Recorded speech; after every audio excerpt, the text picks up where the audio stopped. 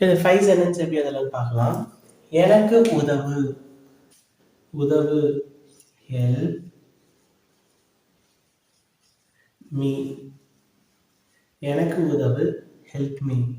இப்பொழுது விளையாடு, விளையாடு, ப்ளே, ப்ளே, இப்பொழுது, நவ், ப்ளே நவ். இப்பொழுது விளையாடு, ப்ளே நவ்.